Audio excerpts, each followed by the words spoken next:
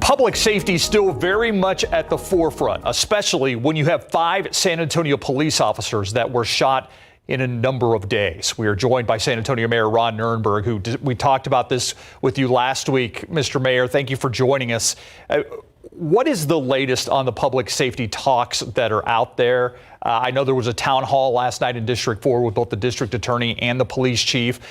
We talked to finally County Judge Peter Sakai last week, who said that he wants to sit down and form some sort of committee. Have you been having discussions with the county judge? So first, let me just say it's 6 officers, and we are, of course, we have them in our prayers to make sure that they have a full recovery. And again, it's Right. a stark reminder of how dangerous the job of law enforcement is. But I believe it was 5 officers that were shot, though, and 6 that accidentally shot himself.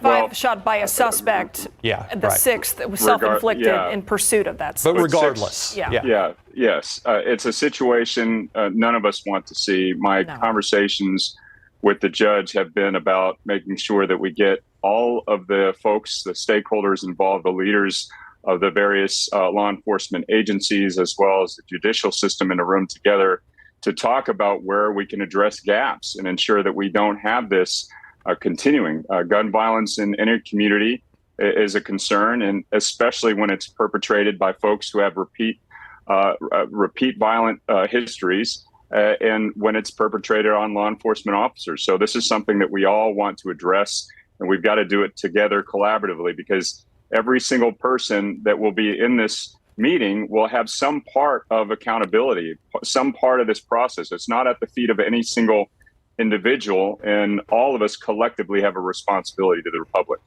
Is time of the essence, though, in this whole thing? Sure it is.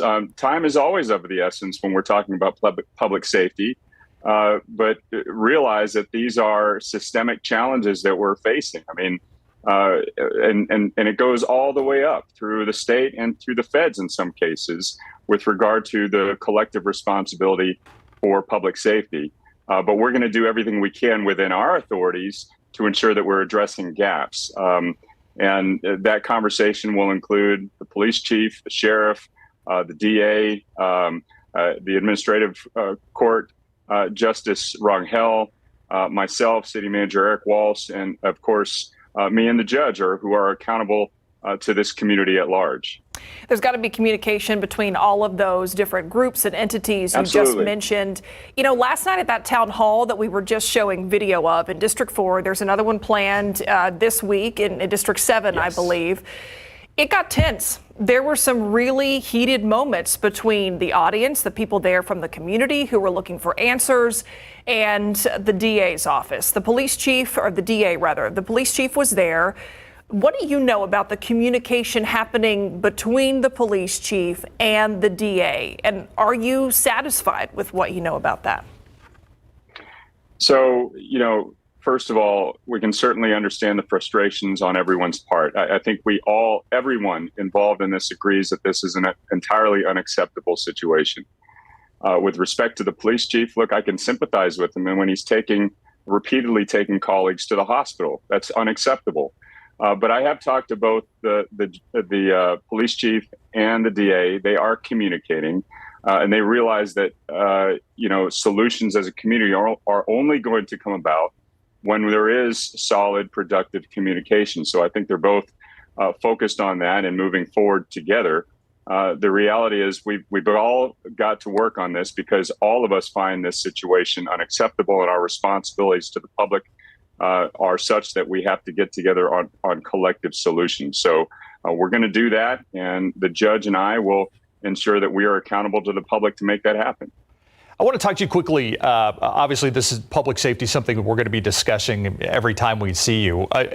Well, let's talk about construction. There's been some concerns about how the Broadway project, the Broadway corridor near downtown, is being carried out. There are some businesses there who say, this is not going to help them at all. How concerned are you about that entire stretch of Broadway basically being shut down? Is that the proper way to do it? Do we need to rethink how we do some of these construction projects when it comes to roadways?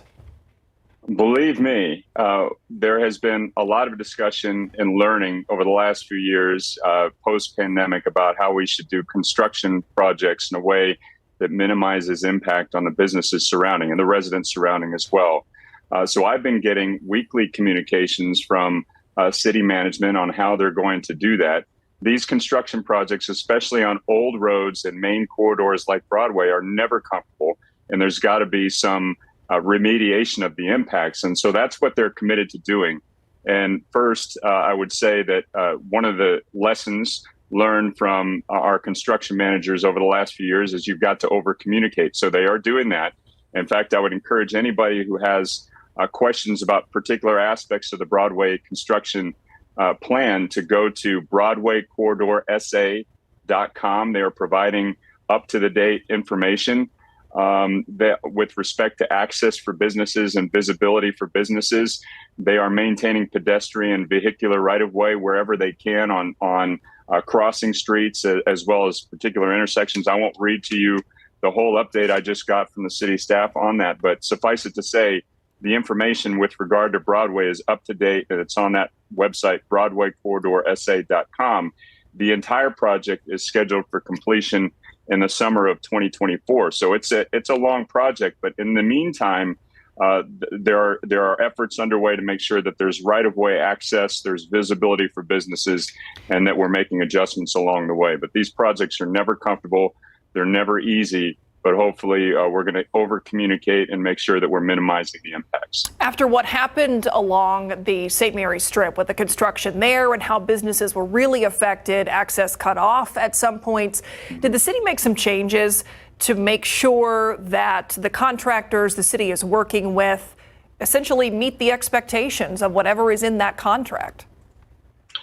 Yeah, and I think we're holding contractors' feet to the fire a little bit more than we were, which is appropriate. And, we saw some of that in the case of what should be completed soon in the North New Braunfels project, where construction was not completed to our satisfaction, and the contractors now had to go back and redo it at their cost. So things like that are commonsensical, especially when we're dealing with taxpayer dollars. I also assembled a transportation committee of City Council because this needs to have a ongoing public airing and oversight from the City Council with regard to all of our transportation construction projects. So there's a lot more, I would say, daily transparency and oversight going on.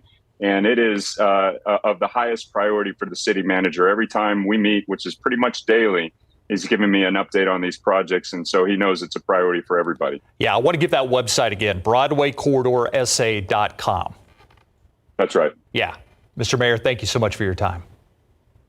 Great to see you all. Have a great evening. Keep up to date with all of San Antonio's top news, weather, and so much more by clicking the like and subscribe buttons below. And once again, thanks for watching KSAT.